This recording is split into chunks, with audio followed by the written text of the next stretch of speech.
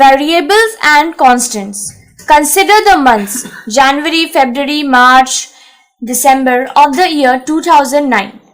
If we represent the year 2009 by A and a month by X, we find that in this situation A मतलब कि year 2009 is fixed entity, whereas X can be any one of January, February, March till December.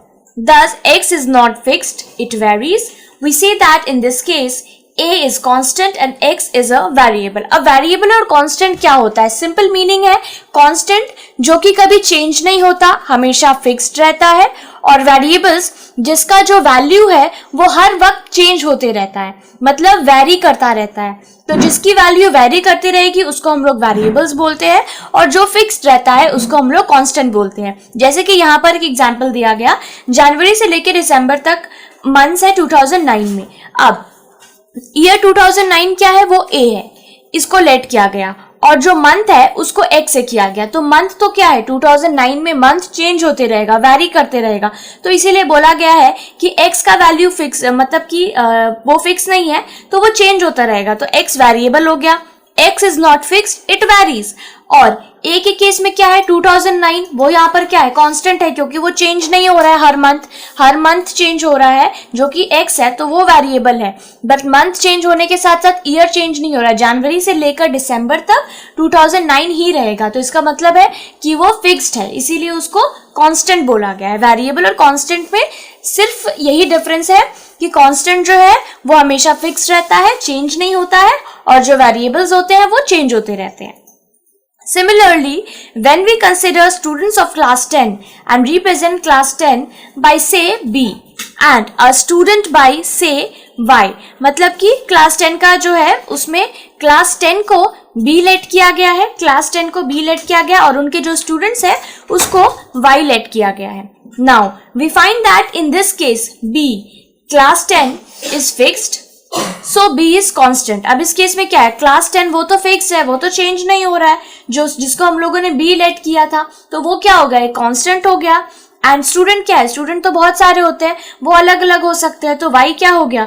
Y is a variable, as it can be any one student of class 10. अब class 10 का कोई भी student हो सकता है, तो वो क्या है? सिंपली चेंज हो सकता है, तो वो हो गया वेरिएबल, और क्लास 10 वो फिक्स्ड है, इसीलिए वो हो गया हमारा constant. Let us consider another situation. If a student stays in a hostel, he will have to pay fixed room rent, say 1000. अब मान लो कोई स्टूडेंट है और वो हॉस्टल में रह रहा है, तो रूम रेंट जो है वहां का वो 1000 रुपीज है, ठीक है. द कॉस्ट ऑफ फूड से ₹100 पर डे, और वहां का जो कॉस्ट ऑफ फूड है, जो खाना खाता है, वो है 100 रुपीज पर डे. अब इस केस में क्या हो रहा है? रूम रेंट 1000 है, तो मतलब वो तो फिक्स्ड है, वो चेंज नहीं हो रहा है, तो ये हमारा कांस्टेंट हम लोग बोल सकते हैं.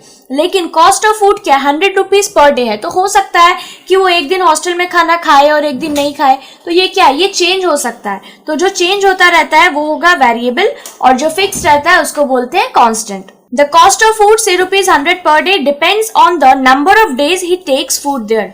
In this case, room rent is constant and the number of days he takes food there is variable.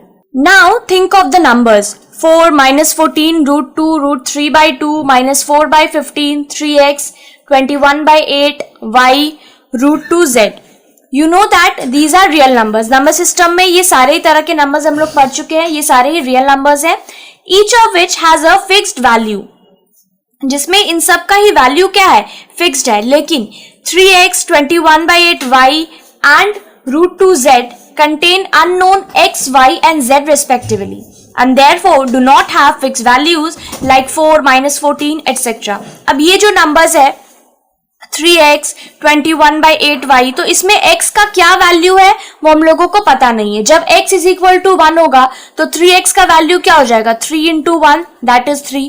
जब x इज इक्वल टू 2 होगा तो 3x का वैल्यू क्या हो जाएगा? 3 into 2 दैट इज 6.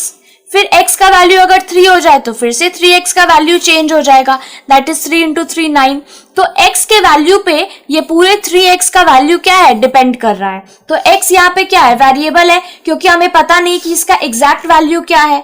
तो उसके साथ में इसी तरह 21 by 8 y है, इसमें भी y का वैल्यू क्या है, चेंज होगा। जब y का वैल्यू 0 होगा तो 21/8 y का वैल्यू भी 0 हो जाएगा, फिर y का वैल्यू 1 होगा तो फिर इसका वैल्यू डिफरेंट आएगा। तो मतलब इसका जो पूरा वैल्यू है वो x, y और z पे भी डिपेंड करता है कि क्या है। तो इसका मतलब है कि 4 - 14 इन सब का वैल्यू क्या है, फिक्स्ड है, बट 3x, 21/8y इन सब का वैल्यू क्या है, फिक्स्ड नहीं है।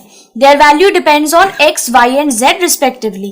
Therefore यहाँ पर x, y, z क्या हो गया, वेरिएबल्स हो गया, क्योंकि उसका वैल्यू चेंज होता रहता है, चेंज हो सकता है, तो ये सब यहाँ पर वेरिएबल है। Thus, a variable is literal number which can have different values whereas a constant has a fixed value. तो वेरिएबल क्या है, वेरिएबल वो लिटरल नंबर है जिसका वैल्यूज क्या होता है, डिफरेंट हो सकता है, बट ए क्या है, कांस्टेंट है जिसका वैल्यू हमेशा फिक्स्ड होगा। In algebra, we usually denote constants by a, b, c and variables x, y, z. However, the context will make it clear whether a literal number has denoted a constant or a variable. Usually हम लोग जो a, b, c letter है वो constant denote करने के लिए use करते हैं और जो वेरिएबल्स है उसके लिए x, y, z यूज करते हैं। जब एक्सप्रेशन हम लोग देखेंगे तो कौन सा कांस्टेंट है कौन सा वेरिएबल वो वैसे भी हमें समझ आ जाएगा।